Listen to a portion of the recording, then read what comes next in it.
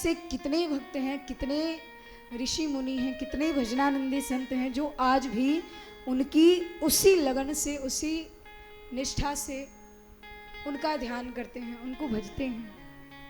उनके रोम रोम में राम का नाम होता है, कृष्ण का नाम होता है, शिव का ध्यान होता है। देखिए, भगवान है एक ही, ब्रह्म एक है। जैसे जीवन से, जो जन्म से ही अंधा व्यक्ति हो, उसको एक हाथी के सामने जाके खड़ा कर दिया जाए और कहा जाए कि बताओ हाथी कैसा है। जिसने कभी भी हाथी को नहीं देखा, जन्म से अंधा है, नहीं जानता कि हाथी कैसा है, और उसको जा करके सामने खड़ा कर दिया जाए कि अब तुम बताओ कि हाथी दिखता कैसा है, कैसा होगा हाथी। तो दो चार अंधों को खड़ा कर दिया जाए, तो उन अंधों ने तो हाथी को कभी देखा नहीं, कभी भी नहीं देखा, तो वो क्या बताएंगे, बता पाएंगे? नहीं। जिसके हाथ में हाथी की टांग आएगी वो क्या कहेगा, अरे महाराज हाथी तो खंबे जैसा होता है। जिसके हाथ में हाथी का कान आ गया, हाथी का कान, हाथी तो सूप जैसा होता है। जिसके हाथ में हाथी की टांग, सूंड आ गई, वो कहेगा हाथी तो शहनाई जैसा होता है। जिसके हाथ में पेट आ गया कहेगा अरे नहीं नहीं, हाथी तो ढोल जैसा होता है। और जबकि हाथी कैसा होता है हम और आप सब जानते हैं, जिसने हाथी को देखा है।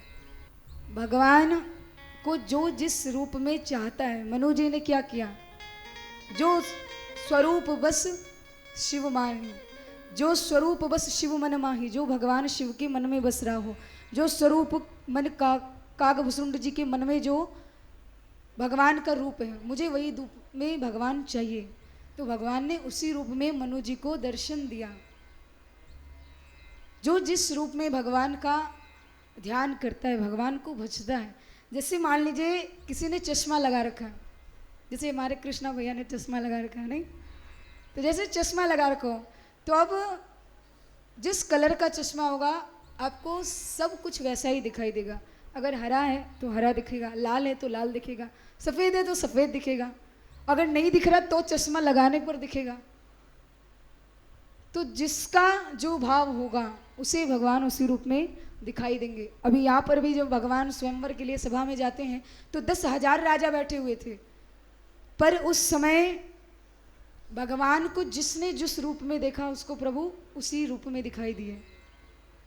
जिस रूप में जिसने देखा, किसी को भगवान, किसी को उसके काल के रूप में, किसी को क्षत्रिय के रूप में, किसी को तेजस्वी, किसी को साधु, सबको अलग अलग रूप में भगवान दर्शन देते हैं। और कल हम सभी ने सुना कि भगवान राम विश्वामित्र जी के साथ अयोध्या से चले, चलते चलते ताड़का का वध किया, एक ही बाण प्राण हर लीना, ताड़का का उद्धार करते हैं।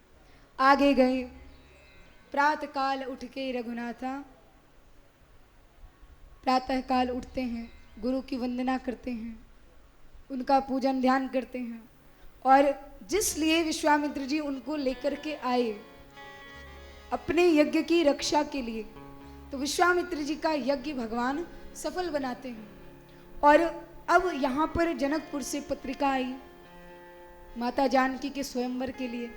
तो विश्वामित्र जी से जब भगवान राम ने आज्ञा मांगी तो विश्वामित्र जी कहते, राम अभी तुम कहाँ जा रहे हो, अभी तो तुम्हें पता नहीं कितने यज्ञ सफल करने होंगे, ये तो मेरा ही किया है।